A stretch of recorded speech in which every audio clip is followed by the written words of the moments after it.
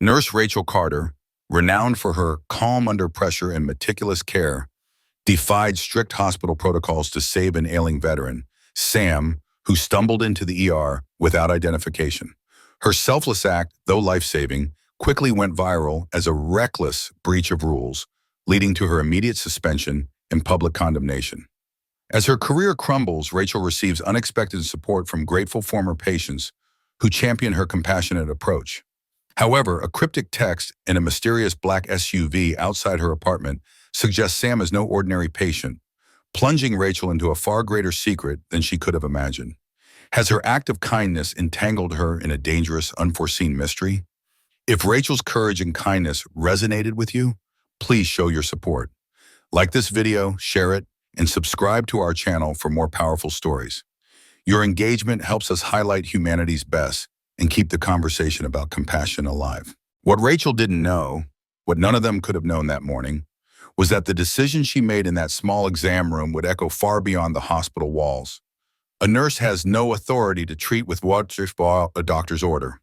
The hospital director's voice exploded down the sterile corridor like a gavel slamming down in a courtroom. The words echoed, sharp and final, slicing through the sterile quiet of the floor. Yet Rachel Carter didn't flinch. She knelt beside the old man, her gloved hands steady as she pressed gauze against the deep gash on his thin arm. Blood had soaked through the fabric of his tattered military jacket, seeping into the cotton with quiet defiance. She didn't lift her eyes, didn't respond to the director's outburst.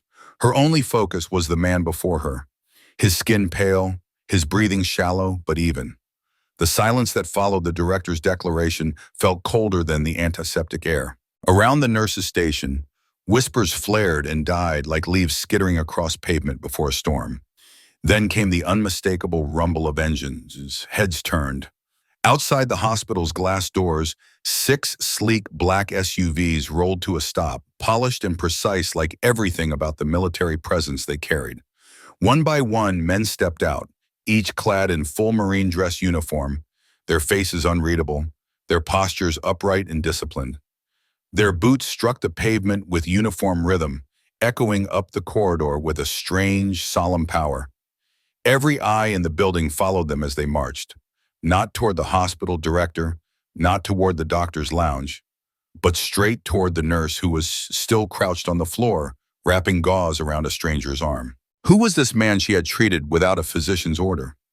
What secret did he carry, tucked away beneath the faded patches of his jacket, in the weathered silence of his eyes, that could summon a Marine unit into the middle of a hospital? Rachel Carter had never sought the spotlight. At 35, she was known across every wing of St. Nan's Hospital, not for grand gestures or commanding speeches, but for the quiet consistency that saved lives in ways no one wrote about. She didn't just care for patients, she remembered them. She made sure Mr. Anders got extra pudding on Thursdays because it reminded him of his wife. She sang softly when she changed dressings for frightened children. She knew the birthdays of dementia patients and slipped notes of encouragement into her coworkers' lockers on hard days. She carried a small spiral-bound notebook in her pocket where she scribbled notes. Names, allergies, family details. Not because anyone asked her to, but because to Rachel, those things mattered. They were the difference between clinical care and human dignity. But beyond those hospital walls, Rachel lived a life of quiet simplicity. She returned each night to a small one-bedroom apartment just 5 blocks away. The walls were bare, the furniture minimal. Waiting for her was Oliver, her gray tabby, always perched by the door with an expectant meow. She ate microwave meals on a couch that sagged slightly on one side, sometimes too exhausted to change out of her scrubs before dozing off. No partner, no children. Her world spun entirely around her patients, her team, and the calling she had never questioned, until recently. Because even the most sacred callings can fray under pressure. In today's America, nursing had become a battlefield of its own, a place of impossible decisions, where compassion clashed daily with policy, and burnout hovered like an ever-present shadow. Staffing was always short, shifts scheduled for 12 hours bled into 16 without warning. She had seen fellow nurses walk away, unable to shoulder the endless strain. Rachel had been there through it all. She had comforted a weeping teen barely alive after a crash, all while an elderly patient waited, unseen for hours in the next room. She had held a mother who had just lost her newborn child, tears soaking into Rachel's shoulder. Then moments later, she had to walk into another room, smile, and reassure a family that everything was going to be okay. Every day brought moral choices that left invisible bruises. Should she spend 10 more minutes with the dying man who had no family, knowing other patients were waiting for her attention? Should she quietly tweak the inventory sheet so the night shift wouldn't run out of essentials? Should she question a doctor's decision, even when it meant risking retaliation? She had learned early that in this line of work, there was rarely a clean choice, and always threaded through it all was the unshakable ache of knowing that sometimes, no matter how much heart you poured into it, it still wasn't enough. When things got overwhelming, Rachel often thought of Monica, her closest friend and the one who had helped shape her into the nurse she'd become. They'd met years ago during a relief effort in New Orleans in the wake of Hurricane Katrina. Monica had a way of seeing through the chaos, of reminding Rachel why they did what they did. "You can't save everybody, Ra," Monica had said one weary afternoon in the cafeteria, fingers curled around a cup of bad coffee. "But you can look them in the eye. You can stand in that room with them and not run away." That one sentence had lodged itself deep inside Rachel, surfacing in moments when she felt she had nothing left to give, like during the relentless surge of COVID-19. She remembered the man gasping behind his oxygen mask, his family on an iPad screen, desperate to say goodbye. She remembered slipping a sticky note with a joke into a colleague's scrubs, trying to offer something light during a shift that felt unbearable. Rachel had never believed nursing was just about medicine. It was about presence, about being the still point in someone's personal storm, no matter how brutal the winds. But things had changed. The hospital had changed. Protocols tightened, liability became the real enemy, and efficiency was king. Legal fears dictated decisions. Everything felt like it had a form, a waiver, a checkbox. More and more, nurses weren't seen as healers but as risks, people to monitor, not trust. Something inside her began to crack. It wasn't loud, not like a bone snapping, but slow, like ice shifting underfoot. Still, she kept coming back, because sometimes, every so often, there would be a small miracle. A patient who smiled for the first time in weeks. A handwritten card slipped into her locker. A squeeze of the hand from someone who no longer had words. And in those tiny, fleeting moments, Rachel remembered. She remembered why she had chosen this life. What she didn't know that day, bandaging a stranger's arm while the hospital director raged behind her, was that this man, this quiet, wounded figure in the battered military jacket, was about to change everything. Already imagine the meeting that would follow. The tense silence in the admin office. The stern voices. The reprimands written in cool, detached language that never once mentioned the sweat on Sam's brow or the pleading in his eyes, but Rachel kept going. Her fingers were sure despite the storm in her chest. She found a vein, set the IV, and began the flow of fluids and antibiotics. Sam's breathing hitched and then steadied slightly. His lips moved again. "Sam." "Brooke," his voice cracked, barely audible, as though just speaking his full name cost him more energy than he had. Rachel leaned closer, one hand bracing his shoulder, the other checking his pulse. "You're safe now," she murmured. "I've got you." Around her, the ER buzzed in its usual rhythm, but Rachel felt suspended in a different space entirely. Every glance in her direction, from Nancy behind the desk, from Linda near the supply cabinet, from a young intern who lingered too long, pressed into her like a weight. But she didn't flinch. This was why she had become a nurse in the first place. Not for compliance, not for protocols or performance reviews, but for this. For the man in the tattered jacket who walked in from the margins of society and reminded her that care was not a transaction, that healing wasn't supposed to come with caveats. Rachel heard the door swish open behind her again. Dr. Morrison arrived, coat flaring as he moved quickly to Sam's bedside. He took in the scene with a glance. Sam's condition, the open line, the vital already noted. Rachel's face pale but steady. "What happened?" he asked. Rachel answered without looking up. "Infection, likely systemic. He's septic. He didn't have ID, but I didn't wait. He was about to collapse. Dr. Morrison gave her a long, unreadable look. Then he nodded once. Good call, he said, and turned his attention to the patient. The words barely registered. Rachel stayed focused, checking the monitor, adjusting the drip, tracking every change. Her heart was loud in her chest, but her hands didn't falter. Later, someone would question her. The forms would be filed. There might be consequences. But right now, all she saw was a man who had served, who had suffered, who had walked in half dead and was now, thanks to her, still breathing. And for Rachel Carter, that was enough. She had made her choice. Fired. She should be sued. She should lose her license. Strangers who had never met her, who knew nothing about the context or about Sam Brooks' condition, passed judgment with the speed and certainty only the internet could fuel. They called her arrogant, dangerous, unprofessional. Some accused her of seeking attention. Others simply labeled her a risk to patients. Rachel scrolled through the comments with numb fingers, each word like a fresh slap. She wasn't surprised by the backlash, but that didn't make it easier. She had known, even as she moved to help Sam, that this could happen, that someone might record her, that hospital leadership would see it, that it might be the end of everything she'd worked so hard to build. But she had also known she couldn't just stand by. Oliver, her cat, brushed against her leg, sensing the tension radiating from her body. She reached down absent-mindedly, stroking his soft fur while her thoughts churned. Part of her wanted to scream, to write a long explanation and post it for the world to see, to lay bare every detail, Sam's condition, the lack of response from anyone else, her fear, her hesitation, her decision. But she didn't. She knew it wouldn't matter. People didn't want explanations. They wanted villains. Her phone buzzed again, a text from Monica. I saw the video. Call me when you're ready. I've got your back. The message, short and steady, broke through the fog of dread. Rachel closed her eyes, letting out a long breath she hadn't realized she was holding. Monica had been there since her first day at the hospital, a mentor and friend, someone who never wavered when things got tough. Knowing she wasn't entirely alone steadied her, if only a little. Still, the uncertainty loomed large.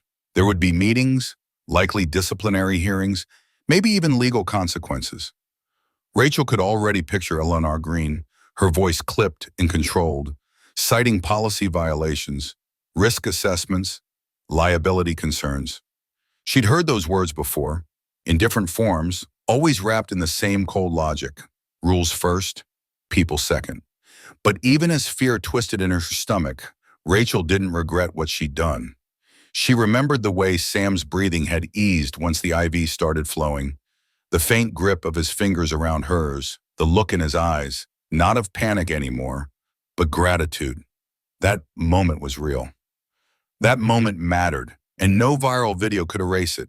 She knew the days ahead would test her more than ever. Her career might hang in the balance. The choices she made in that one moment of quiet urgency could redefine everything. But deep down, beyond the noise of accusation and the weight of protocol, Rachel still held on to a truth that had always guided her. You help people because it's right, even when it's hard, even when it hurts, especially then. She turned away from the window and set her phone on the counter, hands still shaking but resolve settling in.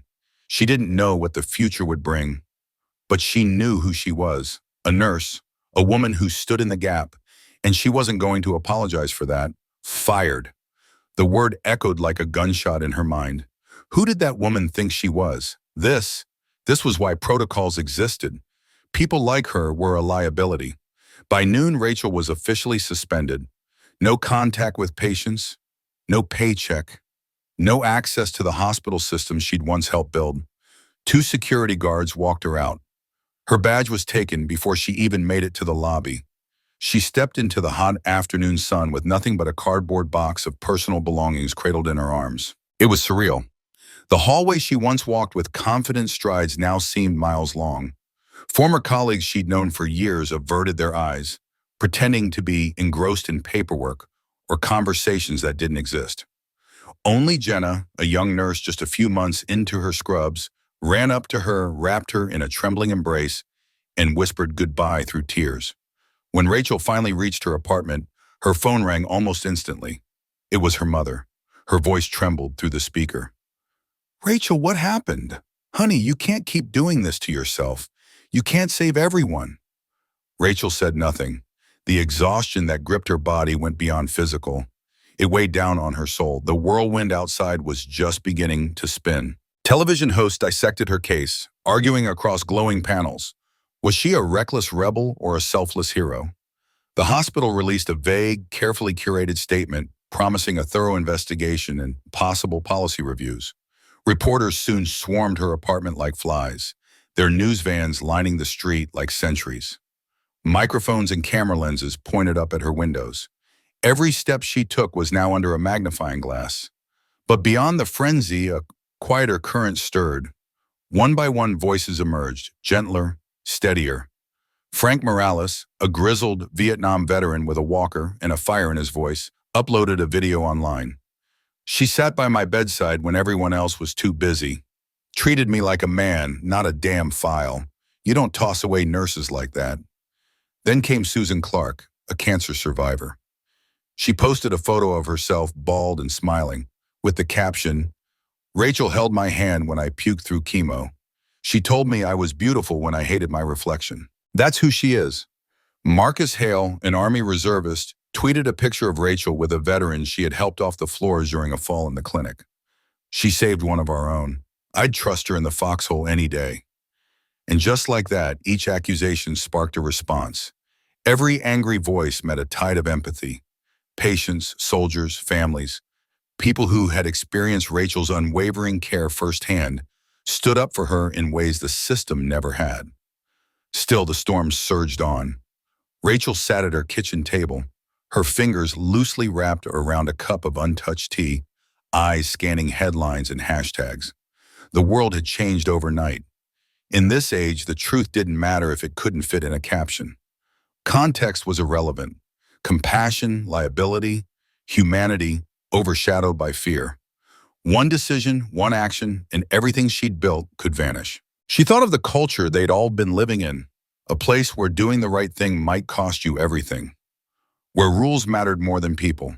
Her chest tightened, but beneath the shame and the fear, something else flickered. A quiet certainty. She wasn't alone. They could take her job, but they couldn't take what made her a nurse.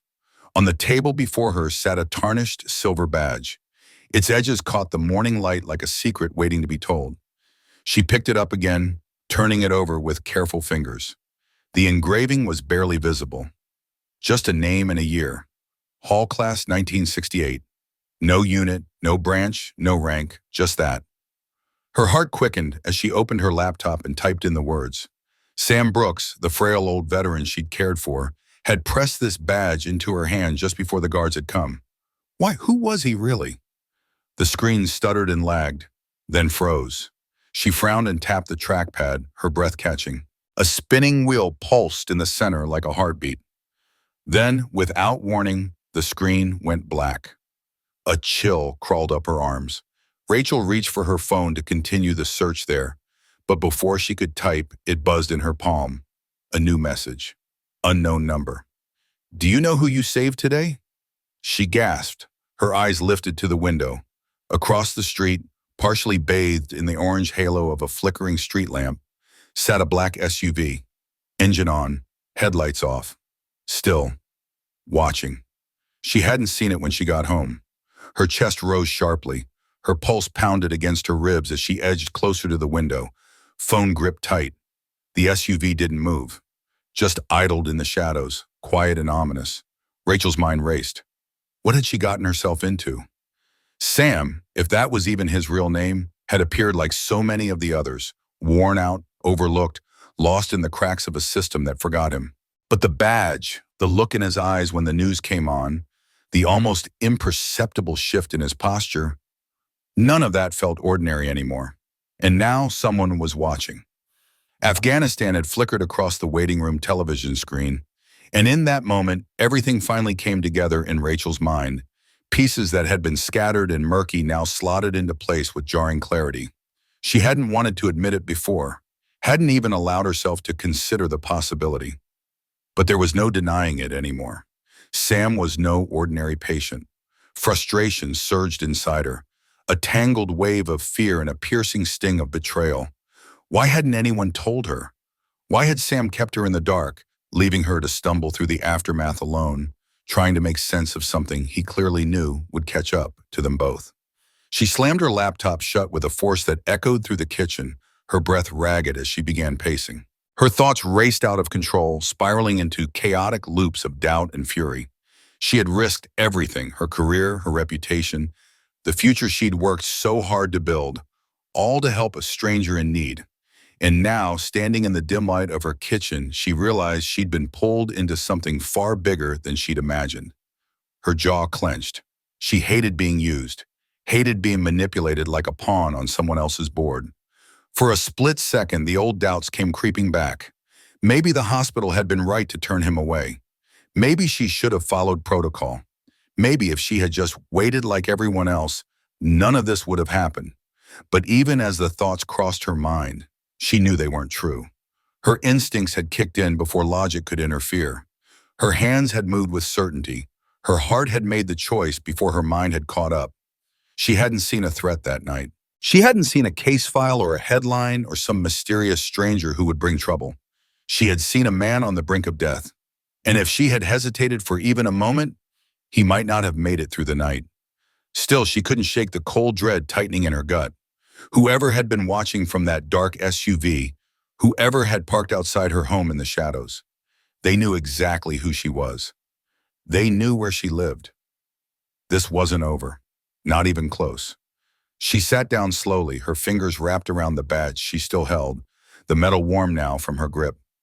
It felt heavier than before, as if it now carried the weight of everything that had happened, of everything still to come. Just before midnight, a knock echoed at the door. At the hospital the next afternoon, Rachel Carter found herself witnessing a scene that felt like it had been pulled from a dream or a military documentary. 6 black SUVs stood like sentinels in the curved drive, their polished surfaces glinting under the sun. The doors opened in synchronized precision. One by one, men and women stepped out in full marine dress blues, their uniforms crisp, chests adorned with rows of medals that caught the light. Their white gloves and gleaming shoes struck the pavement in perfect, unwavering rhythm. Leading them was Lieutenant Colonel Marcus Reed. His back was impossibly straight, his movements deliberate, his face set in a stoic calm that suggested long years of command and discipline. He didn't pause as they approached the hospital's main doors. He didn't speak. He didn't need to. Inside, everything fell still. Conversations stopped mid-sentence. Phones were raised, recording. Nurses, doctors, patients, and visitors moved to the edges of the lobby or leaned over balconies, silent, watching. A hum of whispers stirred the air. Eleanor Green, the hospital administrator, tugged nervously at the lapels of her blazer as she hurried to meet them. On either side of her were 2 board members and a representative from the hospital's legal team. Her face was composed, but her fingers trembled slightly as the automatic doors opened. Reed stepped through first. No pleasantries, no small talk. He walked straight to Eleanor, stopping just shy of being within reach. His voice was calm but unyielding. "Miss Green, I need a word with you regarding Nurse Rachel Carter." Eleanor offered a tight, polite smile. "Lieutenant Colonel Reed, this is a private matter. You'll need to schedule an appointment." Reed didn't blink. He reached under his arm and pulled out a leather folder with clinical precision, flipping it open to reveal official documents stamped with government seals. He turned the folder toward her. In the center was a photograph. Sam Brooks, younger, sharper, but clearly him. "That private matter," Reed said, his voice slicing through the tension in the room, "involves Colonel Samuel Brooks, a man who, despite your hospital's refusal to provide care, survived because of one woman's actions." The words struck like thunder. A gasp swept through the gathered crowd. Phones tilted higher. Eleanor's eyes flicked toward the cameras now recording every movement, every expression. Around them, staff stood frozen. Patients stared. No one moved. "We had no way of knowing," Eleanor whispered, her voice faltering. "You had one way," Reed replied, not raising his voice but somehow making it sharper. "Her." He turned and gestured toward the doors behind him. Rachel stepped forward. Flanked by 2 Marines, she looked pale but unwavering. Her gaze was steady, her hands at her sides, trembling only slightly. Her fellow nurses stepped back, creating a path she hadn't asked for. Linda, the same nurse who had once warned her to be careful, lowered her eyes. Jenna, young and wide-eyed, smiled through tears. Reed continued, his voice softening just enough to carry a different kind of weight. This nurse, he said, saved the life of a man who has spent decades serving this nation, gathering intelligence, protecting lives, bearing the burden of missions most people will never hear about. Had she followed your protocol, we would be preparing a funeral today, and along with him we would be burying decades of classified knowledge and every life that knowledge could still protect. The silence that followed wasn't empty. It was electric. No one spoke. No one dared to. Eleanor's fingers quivered as she reached for the folder, her hands betraying a storm beneath her composed exterior. We didn't know." Her voice cracked slightly. "No," Reed answered gently, and though his voice was quiet, the truth echoed without needing explanation. Rachel locked eyes with Eleanor. Her chest tightened, but she stood tall, her chin raised. For the first time in weeks, the crushing pressure that had settled over her began to lift. Not because the press was there, or because the story would make headlines, but because the silence had been broken. And in that moment, the truth, bare and unadorned, had finally come to light. The Marines gave her space, stepping back with solemn precision. The crowd, once thick with judgment and curiosity, parted instinctively. Rachel walked forward, down the corridors of the hospital she once called home. But now she wasn't the suspended nurse facing scrutiny. She was the woman who had chosen compassion over blind obedience, integrity over silence. By Monday morning, Rachel Carter stood once again in the hospital lobby, this time with no escorts at her side, no tension buzzing in the air. She wore her badge, not as a symbol of restored authority, but of earned purpose. At the front desk stood Eleanor Green, the hospital director. Behind her, members of the hospital board were lined up like figures from a courtroom whose verdict had already been spoken. Eleanor cleared her throat, her voice tight but deliberate as she extended a crisp envelope, the hospital's letterhead visible on the front. "Nurse Carter," she said, every syllable controlled. "On behalf of St. Anne's Hospital, we offer our formal apology. Your suspension has been lifted. You are reinstated with full back pay, and more importantly, with our deepest gratitude." Rachel accepted the letter with steady hands. Her eyes remained on Eleanor's face, searching for signs beyond the formal words. And for a fleeting second, she saw it, something more than obligation. There was a spark of humility, perhaps even genuine respect, in Eleanor's usually composed expression.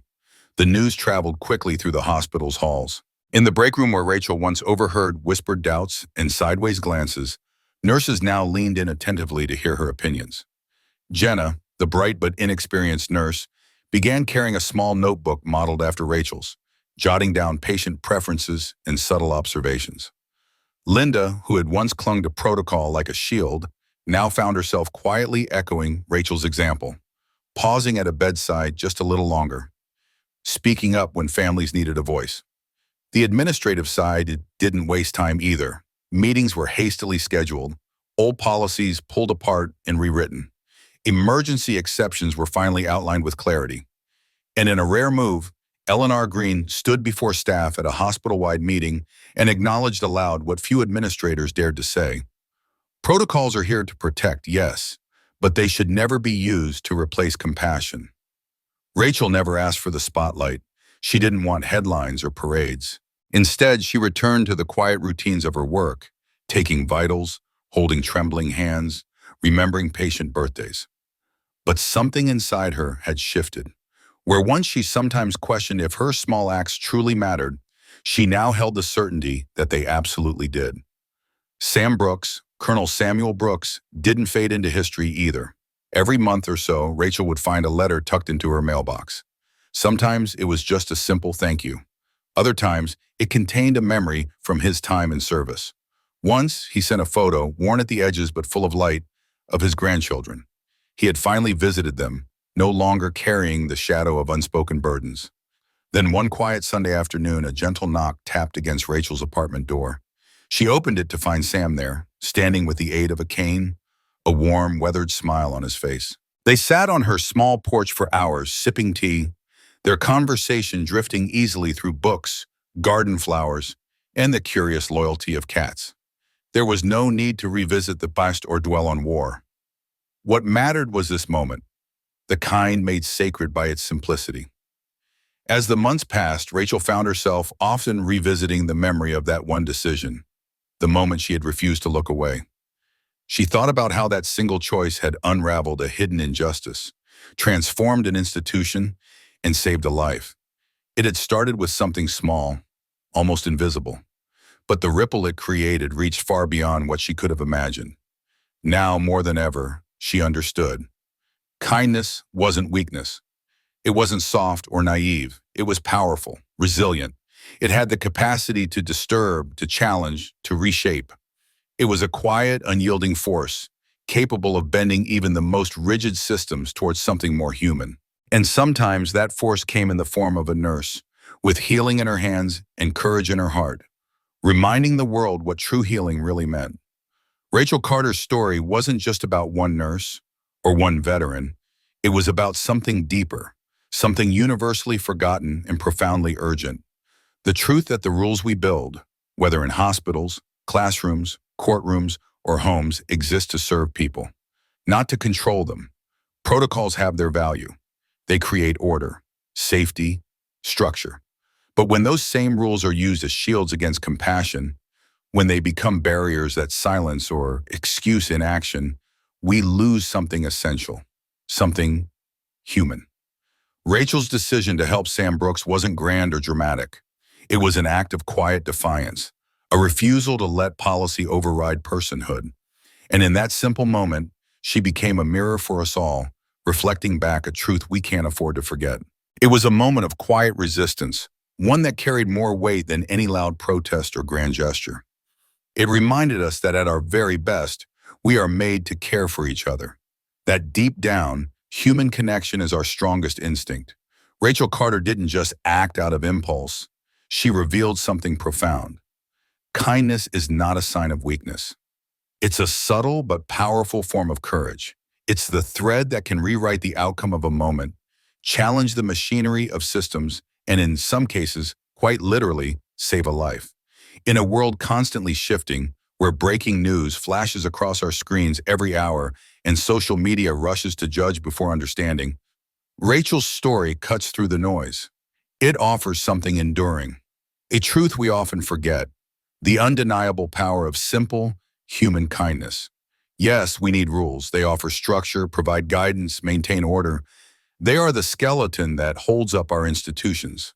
But even the most well-intentioned rules should never take away our ability or our responsibility to truly see the person in front of us, to listen, to care, to act.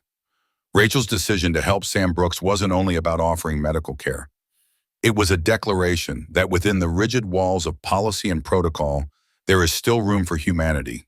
Her compassion stood firm amid pressure, bureaucracy, and expectation. She chose empathy over detachment, and in doing so, she reminded us that care and courage can and must coexist.